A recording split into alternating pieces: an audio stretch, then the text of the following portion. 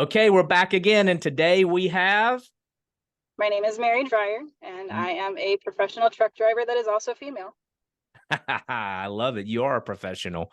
Mary, thank you so much for taking time to talk with me. This is something that I've been working on all week, and one of the things that I think I was sharing with you is it's not going to stop here. We're going to keep doing this.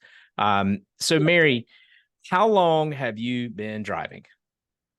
So I got my license when I was 21, and that was in 2014. So I've been out here about 9 years, almost a little over 9 years. My start date with the company that I've been with was February 7th, 2014. Nice. You've been with the same company ever since. Same company ever since. All right. That's awesome. That means it's a good company to pull for. That's for sure. Um, so Mary, what kind of cargo do you haul?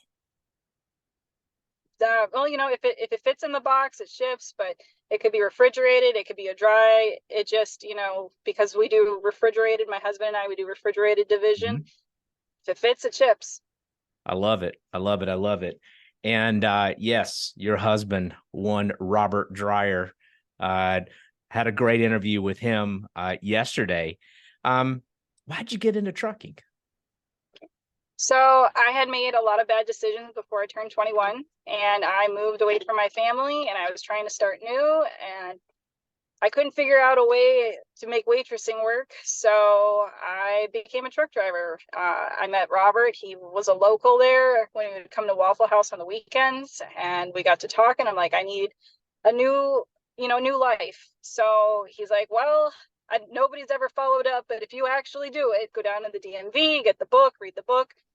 He came back in a couple weeks later. I was so excited. I was like, look, I got the book. I've already started reading it. What do I do next? And he was flabbergasted. He goes, well, there's several schools. You can do X, Y, and Z. And so I picked a local school that's unfortunately no longer in business. But I went through Tennessee State. They helped finance me. I ended up doing some of the financing through Tennessee and through the school. And then the company that I work for, they actually finished paying for my schooling based on working for them for another year to complete a contract with them. So I was very lucky to be able to do what I'm doing right now.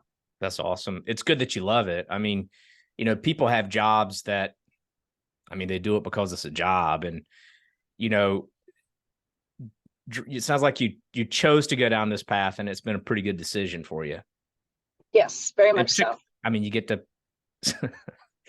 So, not to bring your marriage into this, but I'm sitting here putting two and two together, and I'm thinking, Robert, Waffle House, waitress, truck driving, marriage. So it's like It's a pretty typical story. that's awesome. So you and Robert have driven as a husband-wife team driver. One of the questions that I asked him yesterday was, what is your all-time favorite truck that you've driven? And he said Cascadia, and that's what you guys are in now. So what is your answer to that? I mean, I've only ever, driven the Cascadias. There are a lot of neat trucks out there between the Peterbilts, the Kenworths, the Internationals, between the movie scenes, and Convoy being one of them. And so personally, I've only ever driven. Now I've driven both stick and automatic, but as far as which I would prefer of those, I would go back to stick shift in a heartbeat. Don't get me wrong, I sucked in traffic, but I prefer the stick shift day and night. Yeah, it's six of one, half dozen of another. It seems to Right. be divided on the people that like stick. So would you prefer a 13 or 18? And I guess a lot of that has to do with the weight of the cargo and everything. But do you prefer 13 or 18? I mean, it just, like you said, it depends on the cargo. Sometimes if you're doing oversized, you need all 18. If, for what we do, we only go up to 80, or at least that's what we're supposed to be registered for is, 80,000. So the 13 speed was sufficient enough. I still remember the gear shifting speeds of what we needed at different times. So, I mean, I could probably just fall back into it within a few shifts. Yeah, it's interesting. I do not have my CDLs, but I have driven a truck a few times, and once you get into high range and you're used to, natural logic will say you just move the stick every time you're shifting, but then whenever you get where you hit the button, I would always kind of mess that up because it's something that it's kind of counterintuitive to like driving a stick shift in a car, So, Right. so what's your favorite part of the country?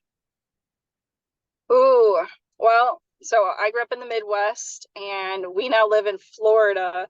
So to see something different is usually going out west. But I will say my favorite place to see during the time of year it might be is out in Utah on 70 or Colorado, just depending on where you are. But right after it rains, the greenery against that red clay is just amazing and gorgeous. And it's the best time to be out there is when right after it rains, not during the rains because you're afraid of mudslides and all that or what could possibly happen, but Yeah. right after it rains and it's all quieted down, the greenery just flourishes and it's beautiful out there. So I interviewed a driver, Kara, who you always ask this question, and she said her favorite area is Montana, where there's a lot of storms that come through. And she says that one of the most beautiful things that she's ever seen, and she sees it all the time, she takes that same lane a lot, is the lightning. It's like the lightning is just so amazing. It just kind of filters throughout the sky. I guess those are the Right. type Yeah. storms that flow through, that Montana area. Two-part question, Sure. or really two questions, two parts is one question, two parts is what is the craziest thing you've seen on the road and the craziest thing you've seen off the road? So on the road, let's see. I guess I could put it this way. There are many things that happen in this country at any given time. And when you see so much of it, a lot of it you get desensitized to. Mm-hmm. So from what I've seen when I first started to what I've seen now, it's changed a lot in the industry. But I think the one that I talked to Robert about this when yesterday we were talking. There was this very lewd object that was strapped down to one of these hot shots going down the road, and it definitely wasn't something that I would have left untarped. But if he wasn't being paid for it, he wasn't being paid for it. So I'll just leave it at that. So what about off the road? Being at home or just being out of the truck? Just being out of you're on the road and then, you're at a truck stop, you're at load yards, distribution centers, like you run out of hours because you hit traffic and you have to park somewhere. So like, there's got to be some hairy situations that you guys are in and out of. So what's like, you think the scariest situation you feel like you've been in? So the scariest situation, well, let's revert back to the other question. The point of stuff that I've seen off-road that when not driving, probably the way some of these people park. And I don't mean that they park wrong. I just mean Right. the angles at which they choose to park on like shoulders and stuff is almost gravity defying, because you would think that what is in that box or what's strapped to their trailer would just make them roll, and they stay there all night. It's incredible. Nice. So what is your top problem as a driver? I'm not asking for you to complain or anything, but I'd like to know, from my standpoint, and I don't want to answer the question for you, consistently I hear truck parking. Like, where do I park my truck? That's a big problem that drivers have. But from your standpoint, Right. what's your top problem? Is it that, or is it something? What's your top problem? Well, so probably parking's always going to be an issue. I mean, there's never going to be enough spaces depending on the traffic and depending on where we're at in the country. I mean, the East Coast is always a nightmare. The West Coast is always a nightmare. But as far as problems that I've seen personally, driver etiquette, whether it's professional drivers or, just the general populace, I wish people would be more concerned with everybody else. That driver that cuts across 5 lanes because he's missing an exit, just go to the next one and come around. And I don't mean just, the general populace. I've seen truck drivers come out of construction, cross 5 lanes of traffic just to get off an exit, literally almost clipping 2 trucks along the way. And, it's dangerous, it's scary, it makes you go, why? People cuss over the radio because of it, because they know they're doing wrong. I really wish driver etiquette was something that was more recognized out here. Yeah. Yeah, it's understandable. I mean, 5 lanes at what is that? 80 feet long, 53 foot plus another, 20, 30 feet of truck trying to zigzag across 5 lane. Yeah, I feel you on that. Well, follow up on that. What's the most important thing to you as a driver? Well, that's a good question. I guess I really never thought of that one. And by the way, that's the whole that's the purpose of all of these interviews I'm doing. I really want to get out, like, what can be done to make your life on the road a lot easier. And that starts with what's important to you. And then obviously suggestions to the carriers, to the fleets. But what's important to you? I mean, a lot of the stuff that happens in our lives, it's just kind of works its way out. But when it comes to importance, I mean, there's a lot of things. There's safety, there's time, there's money, there's getting home, there's a lot of things. But if I had to name just one, I mean, I get to spend 24 hours a day with my husband. We unfortunately at this time we don't have kids, but at the same time, we get to take time off whenever we want because of the way that we choose to drive. So I guess I don't really have anything one solid of importance other than just being able to have the freedom to do what we want when we want. It really does make a difference in how we're able to regulate ourselves, our sleep, our emotional levels, our stress levels, our health. It does take a difference. That's awesome. It's really cool that you and Robert get to be together all the time. I don't know very many couples who can probably do that, actually. I can say that my wife and I are very close, and we could probably pull it off. But it's kind of cool that was like that was the first thing you said. So other than safety, which is a natural.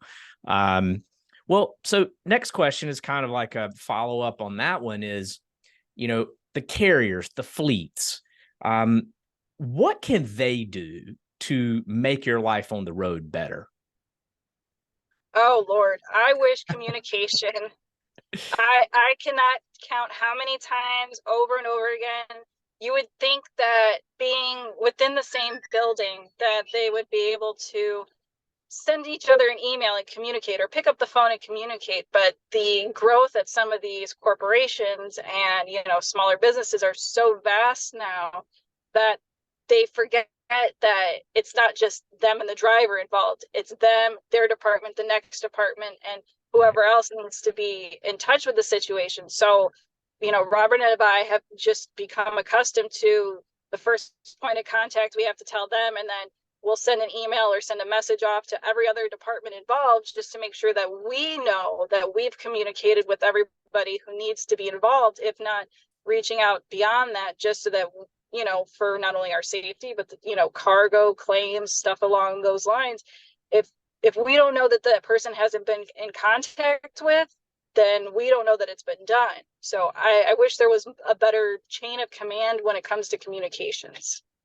Beautiful. Yeah, it's a well put, with all the details. And because, it's like an entire ecosystem of, logistics departments that all come together so that, freight can flow. Right. Well, cool. This was a great interview. And Mary, thank you. Thank you for taking time. I know that you guys are the truck's not rolling right now. So this is some of your downtime. So I appreciate you taking time to do this. And thank you for keeping this country moving. I mean, you sacrifice, your time, sometimes your freedom, even though you kind of are free, your safety, like all of these things so that people can live their lives. So I really appreciate it. I will say this as a closing with you. We love when the kids do the little arm pump thing, and there are adults that do it, and it is beautiful when we see it on the road. So if there's one thing I wish people would take from this, keep giving us the trucker symbol. And I don't mean the middle finger, because we know we're number one. Depends on which symbol you're talking about. That's true.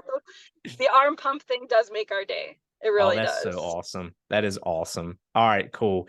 Thank you so much, and be safe out there. All right, take care. Chris, have a wonderful day. Thanks. You too. All right, bye.